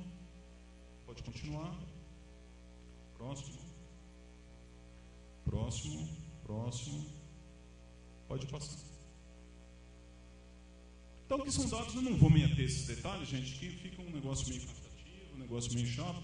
Tem tudo lá no DVD. Pode passando. Pode passando. Pode parar aí. Então, a gente basicamente trabalhou com cenários alternativos, né? Um cenário com desenvolvimento, aumento da taxa de 26% de 2010 até 2030, ou um pouco de desenvolvimento, com até redução na taxa de crescimento. Então, a gente tem que considerar o desenvolvimento econômico para também desenvolvimento de metas a serem cumpridas para a sustentabilidade das nossas águas, né?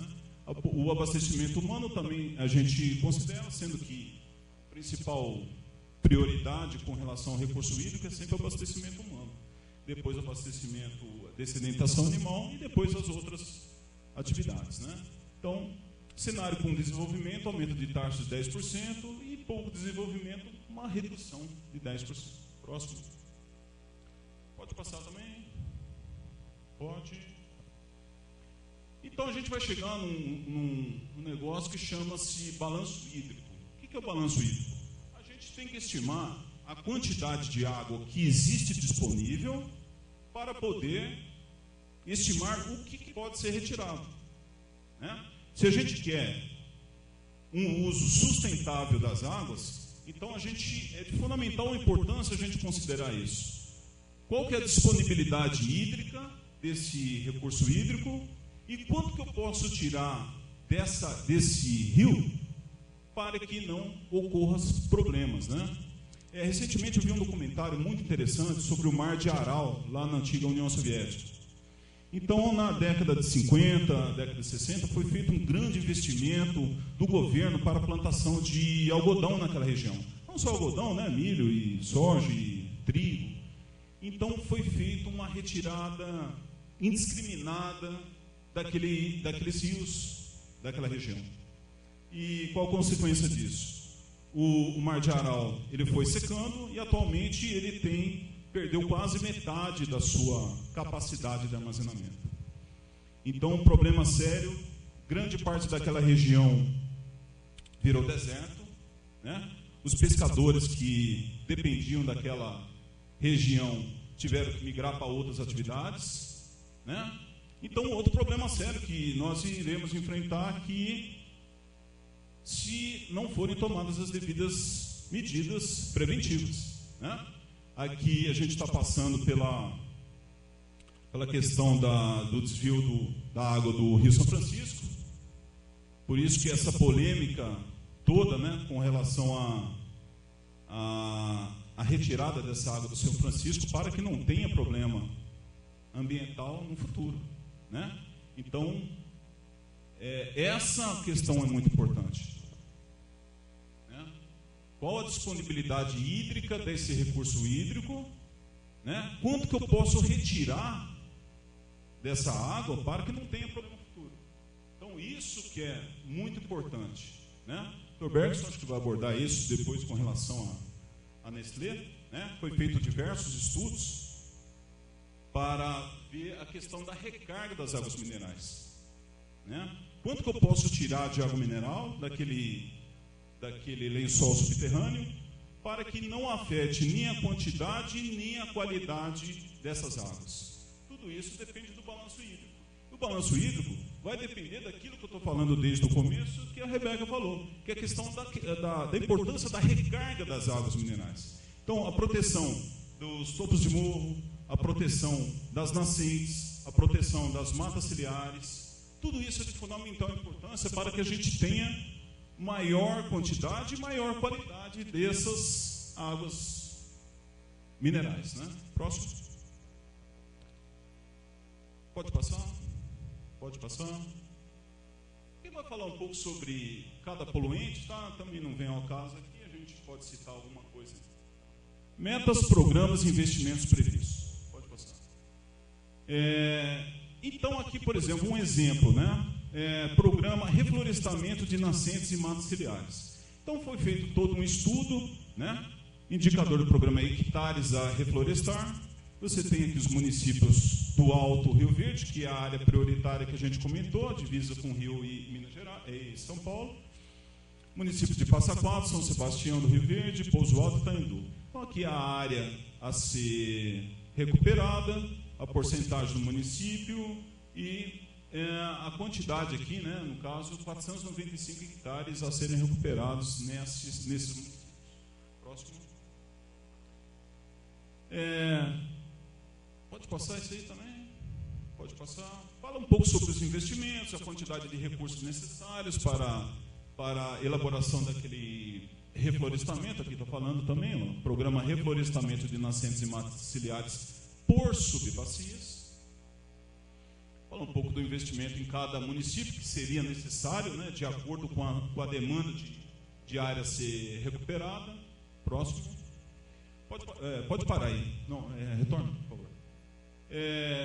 Agora, quanto aos componentes, né, do uso prioritário das águas, qualidade da água, sedimentos, disponibilidade de água, eventos hidrológicos, aquíferos minerais, que a gente pode falar um pouquinho mais aqui, desenvolvimento sustentável e sistema de gestão. Agora vamos falar um pouquinho sobre cada um.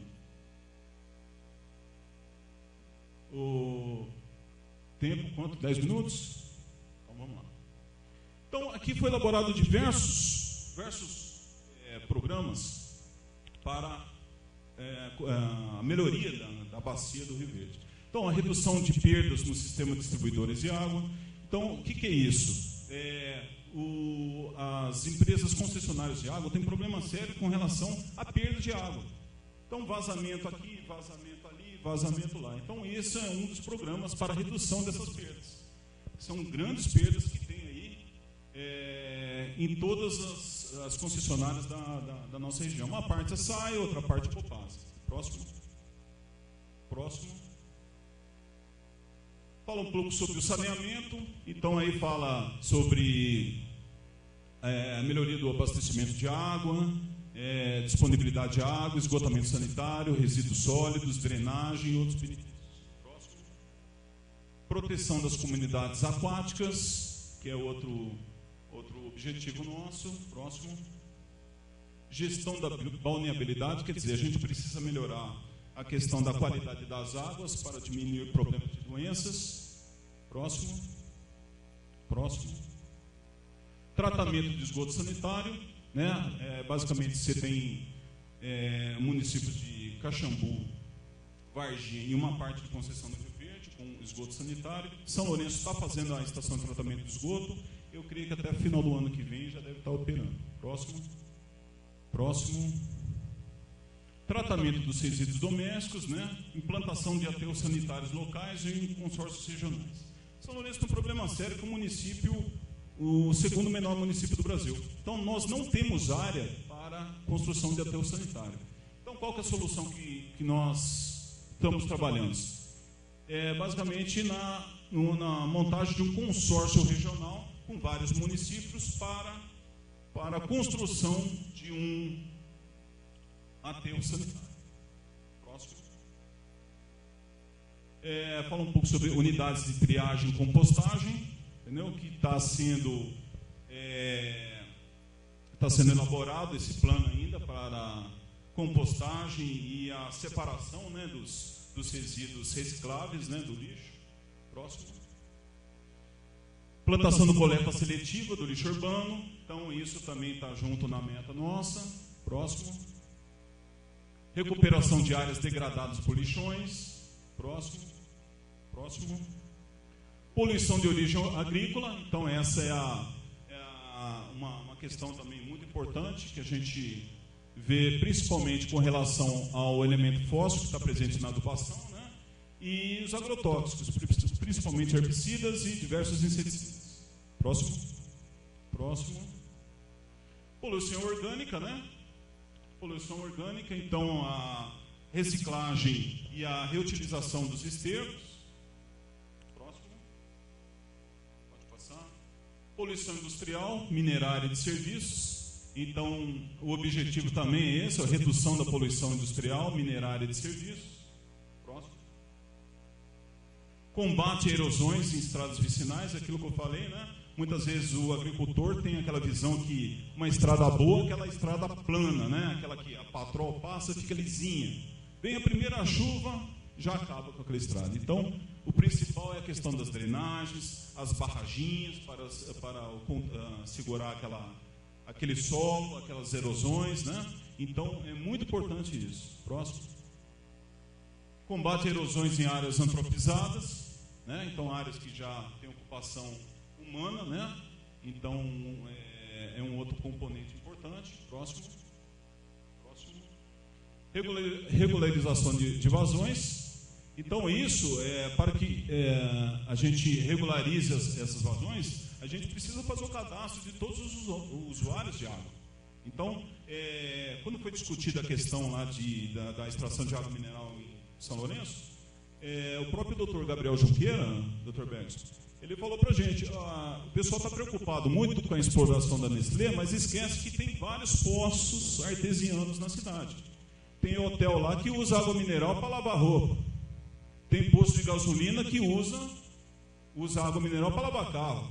Né? Uma das perícias que eu fiz aí, tem uns 2 meses, chega lá no posto de gasolina, o cara ele lava em uma faixa de 50 veículos por dia. Quando ele chegou com a conta de água, gasta R$200 de água. Então, não existe, né? Então, o cara está usando indevidamente o recurso lá do subsolo.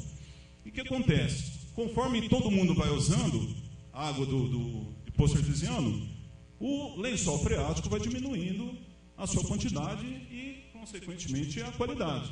Então, a gente precisa ter o cadastro de todos os usuários, de todo mundo que usa essa água, para que não falte para ninguém. Próximo.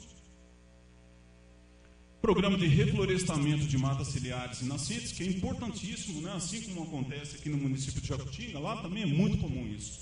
E grande parte das minhas perícias, doutor Carlos, doutor Bergs, está relacionado com isso aqui, mata ciliar e nascente. Então, loteamentos novos, no meio rural, a gente vê muito isso, plantações, né? O pessoal invade, plantação de milho, plantação de eucalipto, o pessoal invade as matas ciliares e as nascentes. Próximo. E também, né, que foi elaborado o sistema de alerta contra enchentes, né? São Lourenço já teve um problema sério de enchente, foi no ano de 2000, é a maior enchente da história, com grandes perdas, né? Para o comércio, para a indústria. Realmente foi uma catástrofe e atingiu toda a região. Então a gente está elaborando esse sistema de alerta contra enchentes. Próximo. Reflorestamento com espécies nativas e fins econômicos, é o caso lá do município de Baipendi, que está investindo no plantio da candeia para extração e utilização medicinal. Próximo. Apoio ao desenvolvimento sustentável do hidroturismo. Próximo. Criação da APA, Circuito das Águas Minerais. Então, esse é uma das grandes lutas, né, da nossa região, com relação à criação dessa APA. É uma área de proteção ambiental para a preservação desse recurso tão importante em toda a nossa região. Próximo. Então, aqui a APA vai ser isso aqui, ó. Então, o objetivo é criar essa unidade de preservação que vai basicamente beneficiar municípios, né, de São Lourenço, aqui Lambari, Cambuquira e Conceição do Rio Verde. Todas essas têm água mineral. Próximo. É uma questão mais institucional com relação a como é que vai funcionar essa administração, né, da Bacia do Rio Verde, juntamente em contato com o pessoal da Bacia do Rio Grande. Próximo. Aí fala como é que funciona essa parte de salários, né, diretoria, por aí. Próximo.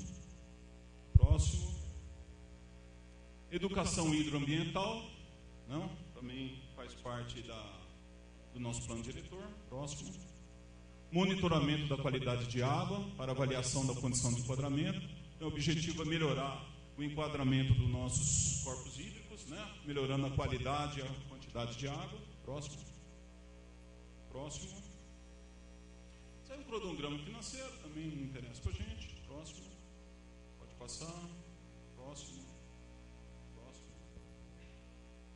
Quais as diretrizes para o instrumento de gestão?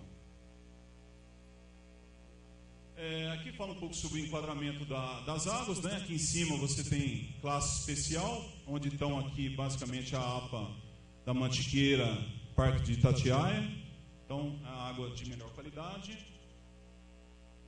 Fala um pouco sobre o balanço hídrico, né? Aquilo que eu falei, é importante a gente saber quanto que a gente tem de água para ver quanto que a gente pode retirar dessa água, né? Para que não retire mais do que a bacia possa produzir. Tem problemas de falta d'água em alguns municípios. Próximo. Aquele balanço hídrico que nós comentamos já. Próximo. Uso outorgados, quer dizer, aquelas pessoas, aquelas entidades que já têm autorização para usar a água, ainda é muito pouco, Dr. Bergs. A gente vê lá no município de São Lourenço mesmo, você vê que tem vários hotéis, vários postos de gasolina que não tem outorga. Só mais um minutinho. Próximo. Pode ir passando aí. Como proteger nossos recursos hídricos? Então, primeiramente, né, a questão da preservação da nascente, das matas ciliares. De acordo com o novo Código Florestal, você tem aquela escadinha, né, de acordo com o uso, tamanho da propriedade, o uso antrópico, né, variando de 5 até 30 metros. Próximo. Aqui fala um pouco das funções da mata ciliares, que a gente já comentou, né? Que é a proteção basicamente dos mananciais, evitar assoreamento, recarga dos lençóis freáticos. Próximo. Importância da reserva legal, né? Para não só a questão da recarga das águas, mas também proteção da biodiversidade. Próximo. Aqui as três áreas de preservação permanente são as reservas legais, né? Que no bioma Mata Atlântica é 20% da propriedade, a distância de cursos, que varia de 5 até 30 metros, de acordo com o novo Código Florestal, e a questão dos topos de morro, né, que também são de grande importância na questão ambiental. Aqui é uma imagem do rio sem mata ciliar, né, questão de redução de infiltração, escoamento superficial, acúmulo de solo no rio. Próximo. Aqui algumas imagens que a gente tirou do Rio Verde. Pode passar. Ambiente com mata ciliar, aqui, ó. As raízes protegem os barrancos. Olha lá. Aumenta a infiltração, diminui a temperatura do solo. Isso aqui é uma situação sem mata ciliar. Ó. A água escoa uma vez só, vai tudo para o rio de uma vez só. Então, enchentes mais constantes. Próximo. Desbarrancamento, aqui, ó. Gado bebendo água. Próximo. Árvores caindo. Próximo. Situação muito comum. Isso aqui foi uma perícia que eu fiz. O cara tem um porto de areia desse lado aqui. Próximo. Situações comuns na nossa região, né? Erosões, vossorocas. Situações assim calamitosas, né? Aqui o outro exemplo. Rio com mata ciliar. Pode passar. Começando pelo cercamento. Eu acho que o cercamento é uma das principais etapas. Você cercou, a própria natureza se recompõe. Você deixa lá um ambiente lá 5 anos sem usar, sem entrar vaca, sem entrar cavalo, o próprio ambiente se regenera. Próximo. O bom exemplo é as matas ciliares aí ao longo dos rios. Próximo. Aí, pode ter cultivo aqui, essa contaminação dificilmente vai chegar aqui no corpo hídrico. Próximo. Situação que a gente espera, né? A quantidade e qualidade de água. Próximo. As cachoeiras, nossa região. Próximo. Uma coisa muito importante que a gente fala, né? O corredor da Mantiqueira. Isso vai ser bom para todo mundo. A gente tem que trabalhar nisso aqui. Vai ter mais água para São Paulo, vai ter mais água para a nossa região, vai ter mais água aqui para os nosso circuito das águas. Então, de fundamental importância a gente unir todos esses mosaicos, né, esses pedaços de florestas que tem espalhados pela Mantiqueira, para que a gente aumente tanto a quantidade como a qualidade dos nossos recursos hídricos. Próximo. Algumas imagens da Serra da Mantiqueira. Estou terminando já, viu, meu irmão? Algumas imagens belas aí da nossa região. Essa aqui é a Cachoeira Antares, lá em São Tomé das Letras. E, finalizando, agora que já sabemos bastante sobre a importância das matas ciliares na proteção das águas, que tal reunir os vizinhos, isolar as áreas de proteção e consultar os técnicos sobre as espécies que devemos plantar? Próximo. Obrigado pela paciência. E espero que eu tenha contribuído aí para o conhecimento de vocês.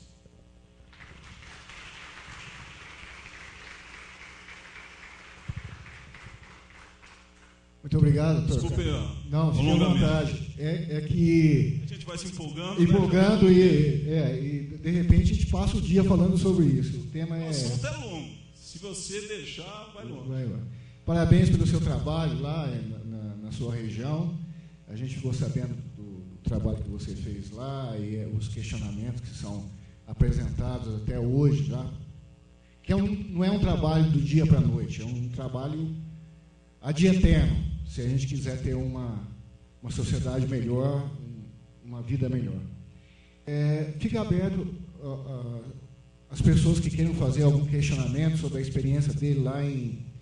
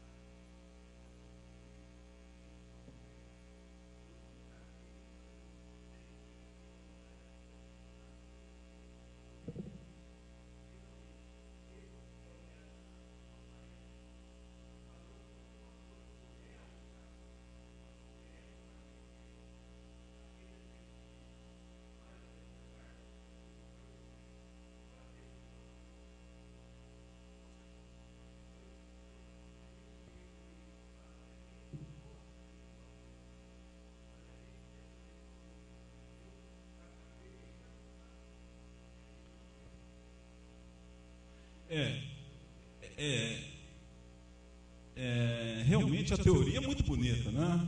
A gente vê que a gente é um assunto apaixonante, a gente estuda, a gente gosta de passarinho, eu gosto de andar no meio do mato, eu gosto de ver bicho, eu gosto de planta, mas na prática a gente vê o seguinte: o cidadão só resolve agir quando instaurado o inquérito civil. Realmente é isso. O cara vai lá, degrada, faz aração morro abaixo, degrada nascente, beira de mata ciliar, e só resolve quando a justiça entra em ação. Infelizmente. Em São Lourenço, eu tenho experiência lá no Conselho de Defesa do Meio Ambiente, fiquei 12 anos lá como conselheiro. E, rapaz, uma quantidade de pedido para corte de árvore é um absurdo. Todo dia tinha pedido para corte de árvore. Se você fosse deferir todos, não ia sobrar uma árvore na cidade. Mas tem um detalhe: naquele dia de sol quente, rapaz, uma disputa para parar o carro ali debaixo da árvore, que é brincadeira. Então, é uma questão de consciência, uma questão que a gente tem que fazer.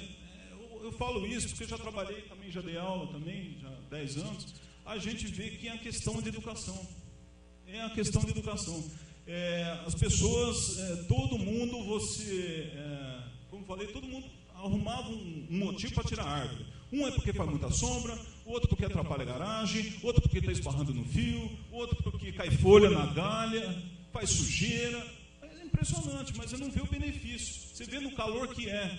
Pode estar o calor que for, entra dentro de uma mata para você ver como está um clima fresco, um clima gostoso, né? E a gente precisa disso justamente para os nossos recursos minerais, para a nossa água. Se a gente não tiver recomposição de vegetação, se a gente não tiver mata ciliar preservada, se não tiver nascente preservada, não tiver topo de morro preservado, as nascentes vão cada vez mais diminuir sua vazão. Tem algumas que diminuíram, tem outras que secaram. Tá? Então, realmente a teoria é muito bonita, na prática a gente vê que é pouca coisa. Para você ter uma ideia, nas reuniões do Comitê de Bacia, quem que é o principal interessado? O órgão gestor das águas minerais, que é o IGAM. E ele é o primeiro a faltar. Vinha nas reuniões o IGAM, cadê o representante do IGAM? Não veio. Então é realmente uma situação difícil. Nas reuniões do comitê, muitas vezes não deu quórum. Por quê? Aqueles representantes dos órgãos do governo, que é Mater, IMA, IGAM, não aparecia.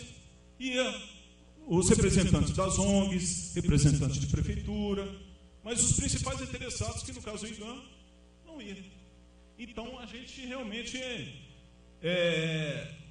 depois dessa crise de água que afetou aí, que vem afetando ainda, né, a nossa região, eu espero que o pessoal se conscientize disso, para que mude a consciência de todos, né, para que a gente consiga ter uma qualidade de vida melhor, tanto hoje, como para os nossos filhos, como para os nossos netos, não é isso? Ok, obrigado. Mais alguma pergunta?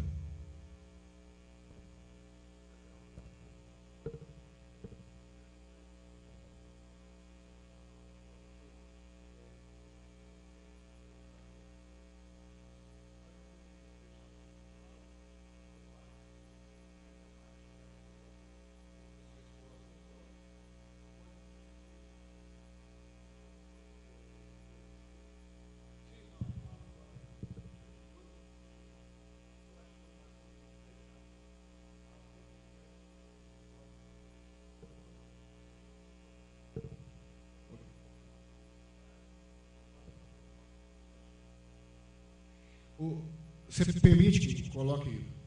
Ok. Eu vou... vocês querem tocar direto ou faz um intervalinho aí de 5, 10 minutos? Você prefere intervalo? Então, um intervalo de 5 minutos. Bom, de qualquer maneira, estou à disposição para tirar dúvidas aí, tá, gente? Mesmo no intervalo. Obrigado aí.